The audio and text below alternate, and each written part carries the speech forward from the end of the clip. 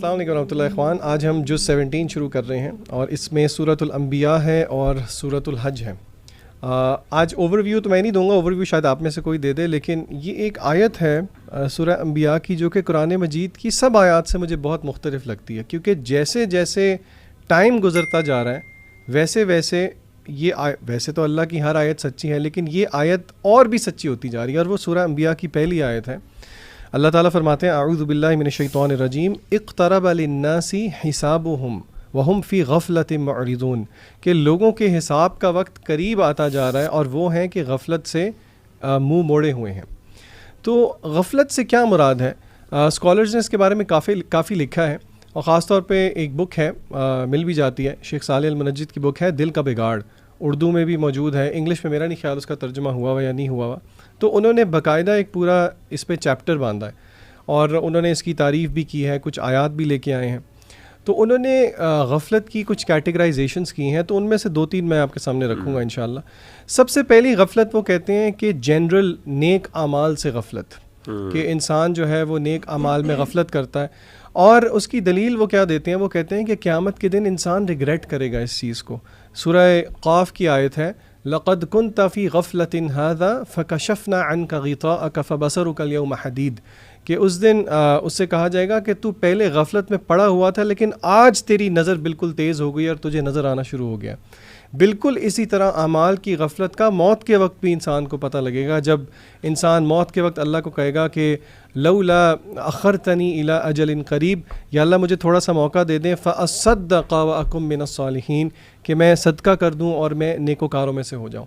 پھر اسی طرح شیخ صاحب کہتے ہیں کہ دوسری غفلت ہے قرآن مجید سے غفلت, کہ انسان کس طرح دنیا کے اندر قرآن سے غفلت کرتا ہے, حالانکہ قیامت کے دن یہی ہے جو کہ انسان کی شفاعت کرے گا. اور پھر وہ مختلف احادیث لے کے آئے ہیں, یعنی کہ جنرلی اسپیکنگ اگنورینس, اس کو ہم انگلش میں کیا کہیں گے, غفلت کو ہیڈ لیسنس کہیں گے, ہیڈ لیسنس کہیں گے, یعنی کہ ہر اس چیز سے انسان ہیڈ لیس ہو رہا ہے جو کہ آخرت میں اس کو فائدہ دے گی. خاص طور پہ اس مٹیریل دور کے اندر وہ والی چیزیں جو کہ شاید مباح کیٹیگری میں آئیں گی لیکن انسان کو وہ غفلت کرتی ہیں. خاص طور پہ ہم رمضان المبارک کے مہینے میں دیکھیں, ہمیں کوشش کرنی چاہیے کہ ہم جتنے غفلت والے ایکٹس ہیں ان کو ٹیپر آف کرنے کی کوشش کریں for the rest of 11 months.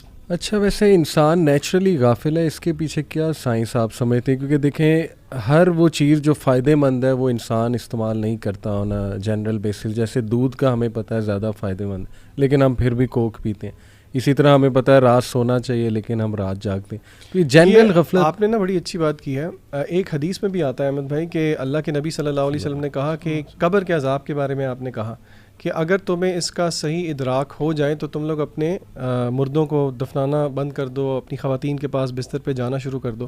بلکہ شیخ صاحب نے اپنی بک میں غفلت کی کیٹیگریز میں ایک کیٹیگری پازیٹیو غفلت کی بھی لی, اور وہ ہے کہ ان الذین یرمون المحصنات, یعنی کہ ایسی عورتیں جو کہ غافل ہیں بے حیائی کے امور سے. تو یس آئی تھنک کچھ غفلت اس طرح کی بھی ہے جو کہ پازیٹیو ہے, بٹ زیادہ تر ایسی چیز جو کہ دین سے دوری کرے وہ مذموم ہے, ریکمینڈڈ نہیں ہے. اچھا, اسی سورہ میں آگے آیا نمبر 16 ہے وما خلقنا السماء والارض وما بینہما لاعبین. اللہ سبحانہ و تعالیٰ کہتے ہیں کہ ہم نے آسمانوں کو اور زمین کو نہیں بنایا کھیل تماشے کے لیے, اور جو بھی ان کے درمیان ہے, یعنی every thing that Allah is created there is purpose behind it. یعنی صرف یہ کوئی کھیل تماشا نہیں ہے اور وہی غفلت کی زندگی گزارنی نہیں ہے. اس میں انسان نے جو ہے نا اپنا پرپز ایک طے کرنا ہے, اس نے دیکھنا ہے کہ کون سا راستہ ہے جو اس نے اختیار کرنا ہے. کیونکہ اللہ سبحانہ و تعالیٰ نے نا انسانوں کو خاص طور پہ انٹلیکٹ کے اوپر پیدا کیا ہے. جیسے جانور جو ہیں وہ انسٹنکٹ پہ پیدا کیے گئے ہیں. انسٹنکٹ پہ پیدا کیے گئے ہیں سے مراد یہ ہے کہ جس طرح ان کو اللہ تعالیٰ نے پروگرام کر دیا اسی طرح وہ چلتے ہیں. یعنی جو جتنے بھی جانور ہیں آپ دیکھیں گے سارے انسٹنکٹ کے اوپر چلتے ہیں. ان کے اندر کوئی انٹلیکٹ نہیں ہوتا جس سے وہ چوز کر سکیں رائٹ فرام رانگ. ان کے اندر کوئی ایتھکس نہیں ہوتے, کوئی مورلز نہیں ہوتے, وہ بس انسٹنکٹ کے اوپر چلتے ہیں. ہاں, جس طرح اللہ تعالیٰ نے پروگرامنگ کر دی اسی پروگرامنگ کے تحت وہ چل رہا ہوگا. انسان کو اللہ تعالیٰ نے انٹلیکٹ دیا اور اختیار دیا, اور انسان کو چاہیے کہ اپنے انٹلیکٹ کو یوز کرے اپنے اختیارات کے لیے. کہ چوز کرے کہ کیا چیز میرے لیے بہتر ہے کیا چیز نہیں ہے. جیسے علی بھائی آپ نے کہا نا کہ ہمیں پتہ ہے کہ فار ایگزامپل دودھ جو ہے وہ زیادہ ہیلدی ہے ایز اپوز ٹو کوک یا پیپسی. تو انٹلیکٹ کا تقاضا یہ ہے کہ دودھ جو ہے وہ زیادہ پیا جائے.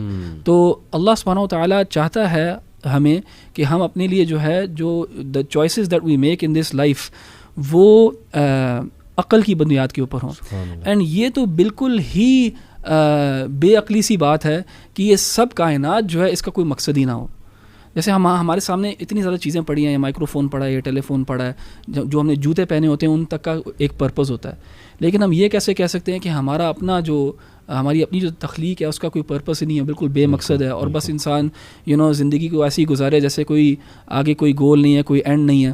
تو انسان کو چاہیے کہ وہ اپنا جو ہے نا مقصد تلاش کرے, اور وہ اللہ تعالیٰ نے فطرت کے اندر وضع کیا ہوا ہے, اور وہ اللہ تعالیٰ کی پہچان ہے, اور پھر اللہ تعالیٰ کو پہچانے, اور پھر اللہ تعالیٰ سے جڑے, اور پھر اللہ تعالیٰ نے جو کہا ہے وہ کرے, اور جس چیز سے اللہ تعالیٰ نے روکا ہے اس سے رک جائے. اسی طرح اللہ تعالیٰ نے اسی سورہ کے اندر آگے کا کل نفس ذائقۃ الموت, کہ ہر جو انسان ہے وہ موت کو چکھے گا, ہر زندہ چیز جو ہے وہ موت کو چکھے گی. ٹھیک ہے, وَنَبْلُوكُمْ بِالشَّرِّ وَالْخَيْرِ فِتْنَةً, اور ہم تمہیں آزمائیں گے شر سے اور خیر سے بھی, یعنی دونوں چیزوں سے آزمائش ہوگی.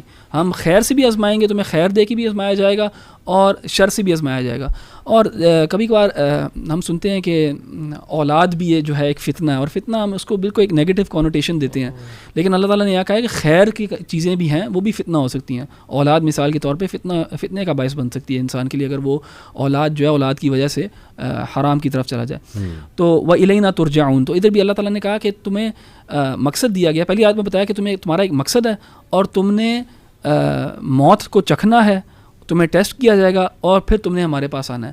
اور بیسکلی اسلام کا پورا جو فلسفہ ہے نا زندگی کا, وہ یہی ہے کہ اللہ تعالیٰ نے ہمیں پیدا کیا ہے, اس نے مقصد کے ساتھ پیدا کیا ہے, اینڈ کسی کھیل تماشے کے لیے نہیں. اور اس مقصد کا حصہ یہ ہے کہ اللہ تعالیٰ تمہیں آزمائے گا, اور اس آزمائش میں تم کامیاب ہوتے ہو یا ناکام ہوتے ہو, اور پھر اللہ تعالیٰ کی طرف لوٹ کے واپس جانا ہے, جہاں پہ پھر حساب کتاب ہوگا.